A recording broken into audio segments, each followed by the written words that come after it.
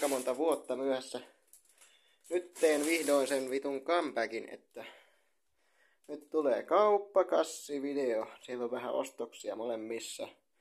Tosiaan vein pullot tuossa kauppaan. Jääkaappi näyttää nyt täältä. Joo.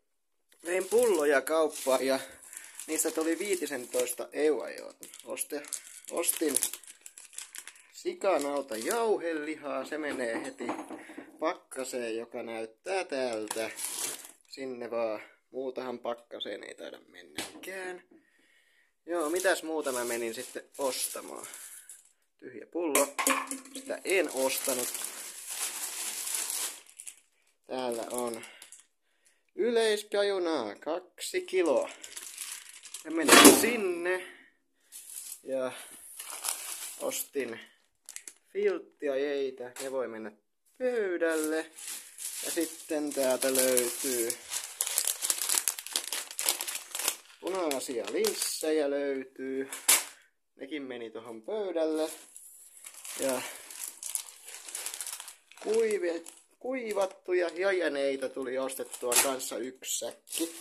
Ja sitten täällä pussissa on vielä uunilenkki. Ja sitten mitäs mulla oli vielä täällä epussa ostettuna. Siellähän on lisää uunilenkkiä sinne ja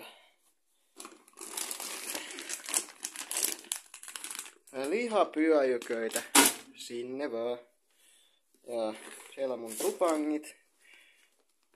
Sitten tosiaan lanttusoset. Tää oli vaan 50 senttiä tällainen kilon pakkaus, että kyllä tosta jotain ja juokaa saa.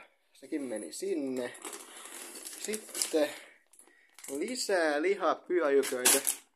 Ja vielä täällä on tällainen uunilenkki. Tosiaan 15 euroa maksoi nämä ostokset. Ja niin.